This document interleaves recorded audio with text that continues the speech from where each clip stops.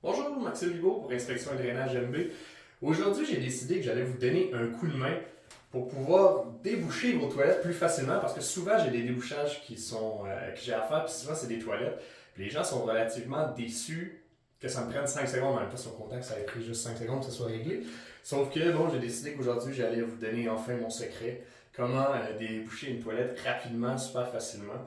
Donc une fois que vous avez essayé avec le siphon, que ça n'a pas fonctionné, que vous avez essayé tous les trucs que vous connaissiez, du vinaigre, de l'eau de javel, bon, vous êtes rendu que vous n'en pouvez plus, vous êtes sur le bord d'appeler un plombier ou bien quelqu'un qui fait du débouchage.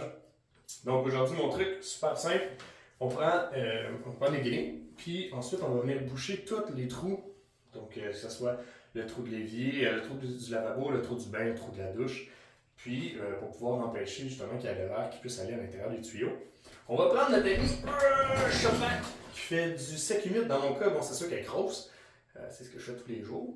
Mais chez vous à la maison, si vous en avez un plus petit tuyau, ça va faire le travail quand même. Donc, on prend le tuyau. Puis, ce qu'on va faire, on va fermer la valve d'eau en arrière. On va enlever le couvercle. Là, c'est sûr que pour l'instant, elle est couchée, là, parce que je vous épargne ça. C'est tout en mieux comme ça.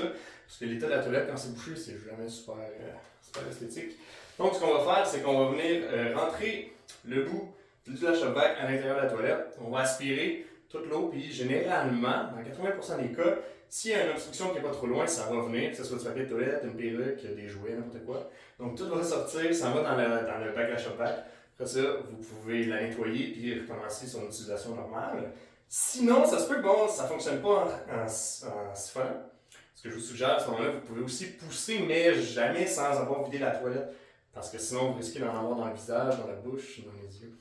Donc, vraiment, ce qu'on fait, c'est on pousse, on enlève l'eau, puis ensuite, on peut mettre la chevette pour pouvoir pousser.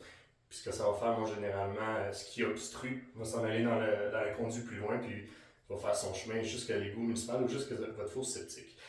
Ce qu'il faut savoir aussi, c'est que si jamais ça ne fonctionne pas, mais à ce moment-là, vous n'aurez pas le choix d'appeler un plombier ou bien quelqu'un qui fait du débouchage pour pouvoir régler votre problème.